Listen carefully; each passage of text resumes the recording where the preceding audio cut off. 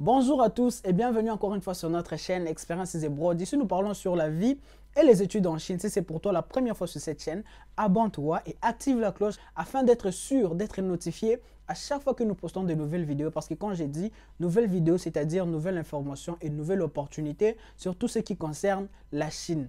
Avant de commencer, je vous informe que ce samedi, je serai en live sur YouTube, sur cette chaîne, sur Expériences Abroad.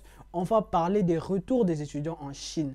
Donc, activez déjà la cloche afin d'être sûr, d'être notifié quand je commencerai les lives à 19h heure de Kinshasa et 18h heure d'Abidjan. Donc, activez déjà la cloche, abonnez-vous si ce n'est pas encore fait et on se retrouve ce samedi. Dans la présente vidéo, je vais parler des différents documents que vous devez préparer quand vous voulez postuler pour les universités en Chine. Donc, suivez la vidéo jusqu'à la fin afin d'être sûr de tout savoir. Et à la fin, je vais donner une remarque générale afin de maximiser toutes vos chances quand vous voulez postuler pour une bourse d'études en Chine.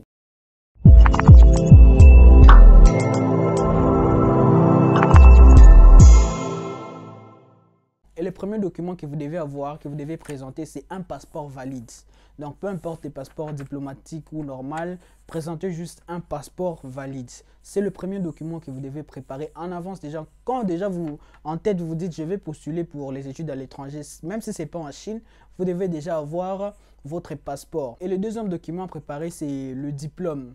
Et quand je parle de diplôme, c'est le bout des papiers qu'on vous donne à l'institution quand vous avez fini. Par exemple, pour celui qui veut venir faire la licence en Chine, tu vas présenter le diplôme de bac, le diplôme d'État pour certains pays, le bac pour les autres. Donc, vous devez avoir ce diplôme, donc le bout des papiers.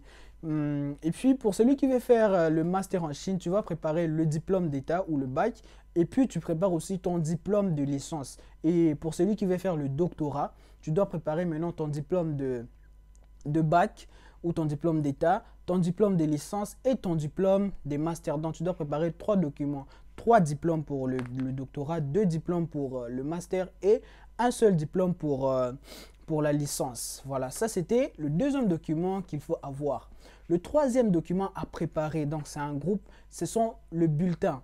Les bulletins et les relevés des cotes. Pour ceux qui ont déjà fait l'université, vous devez présenter tous les relevés des cotes de l'université. Donc, du premier semestre au dernier, vous devez tout présenter et les 2 derniers bulletins de votre école secondaire. Donc, pour celui qui va faire la licence, n'aura qu'à présenter 2 bulletins. Pour celui qui va faire le master ou le doctorat, va présenter tous les relevés des cotes de son parcours universitaire ainsi que les bulletins de son parcours secondaire. Donc, les 2 derniers bulletins à l'école secondaire. Le quatrième document, c'est le casier judiciaire. Donc, le casier judiciaire récent.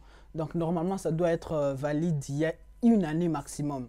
Donc, et pour ce cas ici, si tu es en Chine, tu ne peux plus présenter un casier judiciaire que tu avais reçu, que tu avais fait faire au pays. Donc, tu dois trouver un casier judiciaire chinois parce que tu vis en Chine. Disons, je suis congolais, mais actuellement, je vis en France. Je ne vais pas présenter un casier judiciaire du Congo, mais je vais plutôt présenter un casier judiciaire de la France.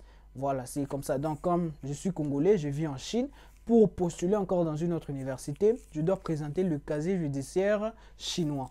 Voilà, donc présenter un casier judiciaire récent et tout va bien se passer. Le cinquième document, c'est l'aptitude physique et pas n'importe quel. Il y aura un fichier que vous devez avoir, vous allez apporter dans un hôpital, pas nécessairement l'hôpital chinois parce qu'il y a des gens qui me posent des questions pour savoir est-ce que les tests médicaux, c'est à faire nécessairement dans un hôpital chinois. Non, on veut juste un docteur qui peut le faire et puis remplir le formulaire et vous envoyer. Donc, ce n'est pas obligatoire d'aller dans un hôpital chinois pour faire le test médical. Après, vous allez préparer le study plan. Donc, en gros, c'est une lettre de motivation. Qu'est-ce qui vous pousse à choisir la Chine? Qu'est-ce qui vous pousse à choisir votre filière? Parce que la plupart me demandent qu'est-ce que je dois écrire dans mon study plan? Qu'est-ce que je dois mentionner dans ma lettre de motivation? Voilà, c'est simple. Donc, il veut juste savoir pourquoi tu choisis la Chine. Et sur ce point-là, il faut juste dire que la Chine, c'est un pays développé. Faut montrer que la Chine est vraiment le meilleur endroit pour toi pour faire la filière que tu as choisie. Donc, ce sont des choses à dire. Donc, essayez de flatter la Chine, essayez de montrer que c'est vraiment l'endroit parfait pour vous de faire votre filière. Donc, aussi, dans la lettre, vous devez dire pourquoi vous avez choisi votre filière. Et pour certains, bon, c'est pas vraiment important. Vous pouvez aussi ajouter qu'après ça, vous allez rentrer au pays pour développer, pour aider le pays à se développer. Bon, c'est pas vraiment important de mettre ça, mais le plus important, c'est de dire pourquoi vous avez choisi votre filière et pourquoi vous avez choisi la Chine. Donc, ce sont les deux choses les plus importantes à mettre dans votre study plan. Voilà. Après le study plan, vous aurez à préparer comme 7e document, vous aurez à préparer une lettre de recommandation. Une pour les étudiants qui veulent faire la licence, 2 pour les étudiants qui veulent faire le master et 3 pour les étudiants qui veulent faire le doctorat. Et ces lettres seront signées ou ce sont vos professeurs qui vont vous donner ces lettres. Voilà, donc ce sont des lettres de recommandation de vos professeurs qui vous connaissent déjà, qui vous recommandent aux universités chinoises. Donc, pour ceux qui ont déjà fait des lettres de recommandation, vous savez de quoi je parle. Et pour ceux qui ne savent pas, allez juste voir certains de vos professeurs. Dites que nous avons besoin d'une lettre de recommandation et nous voulons faire des études en Chine. Le 8e document à préparer, c'est le bank statement. Et c'est à cause de ce point que je vous demande d'avoir un agent, d'avoir une agence qui vous accompagne pendant votre procédure, parce que vous savez, pour la plupart des familles en Afrique, pas toutes bien sûr, notre banque c'est dans la maison. Donc pour certains, ils n'ont pas des bank statements. Et pour ça, quand vous êtes seul, vous ne savez pas ce que vous pouvez faire. Mais quand il y a un agent, il y a une agence qui vous accompagne, il peut vous aider, il peut vous conseiller de choses à faire et du coup, ça ne sera plus un souci pour vous et vous allez résoudre ça plus facilement. Donc, sur ce, déjà, je vous propose encore une fois notre service, notre agence Experiences Abroad. On peut vous aider pour votre processus sans stress. N'hésitez pas pour ça de contacter Experiences Abroad. Voilà, donc le bank statement, c'est aussi à préparer. Et en termes de montant, il n'y a pas vraiment aussi un montant fixé qu'il faut avoir dans le compte, mais plutôt, il faut juste qu'il y ait quelque chose dedans, pas zéro. Hein? Pas un bank statement avec un solde zéro, ça aussi c'est encore pire. C'est mieux même de ne pas présenter. Voilà, donc pour ça, il faut vraiment avoir un agent, il faut avoir quelqu'un qui vous accompagne, qui vous conseille sur le point du bank statement. Pour le 9e document, c'est aussi le même cas que le bank statement. La plupart, en tout cas, la plupart des étudiants n'en ont pas. Moi, je vous dis, sur 100% des étudiants qu'on a déjà inscrits en Chine, 95% n'ont pas des attestations de langue.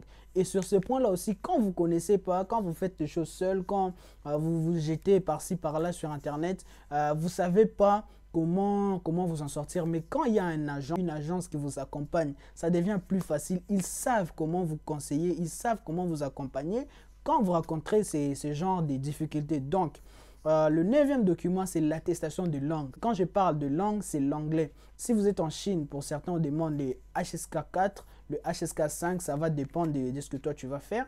Et du coup, il faut en présenter si vous en avez et ça va aussi maximiser vos chances d'obtenir votre inscription. Et le dernier document qu'il faut avoir, qu'il faut présenter bien sûr, c'est votre photo passeport. Ça sera votre photo officielle dans l'université où vous allez être inscrit. Donc ce n'est pas la photo de votre carte d'identité, votre passeport, non. Mais c'est une photo de votre face et avec un background en blanc.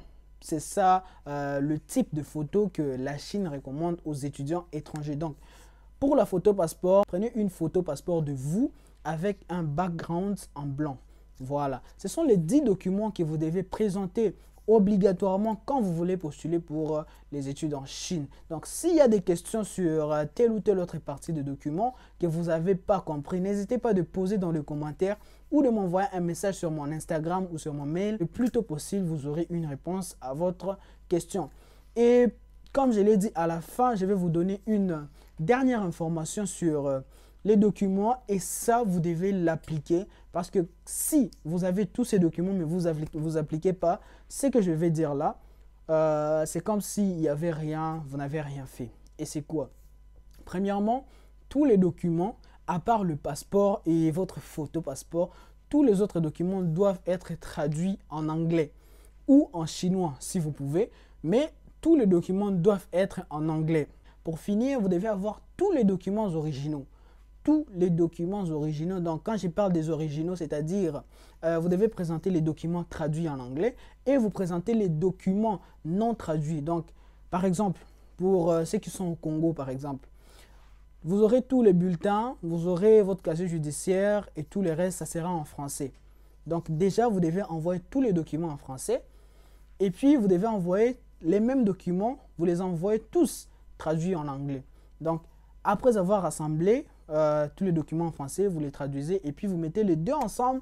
Maintenant, vous envoyez. Là, je vous assure que vous avez 99% d'être accepté dans des universités en Chine. Ça sera tout pour cette vidéo. J'espère que la vidéo vous a plu. Si c'est le cas, n'hésitez pas de mettre un pouce bleu, n'hésitez pas de liker, de partager la vidéo avec vos amis. Et rendez-vous c'est samedi. C'est samedi, on sera en live à 19h heure de Kinshasa, à 18h heure d'Abidjan.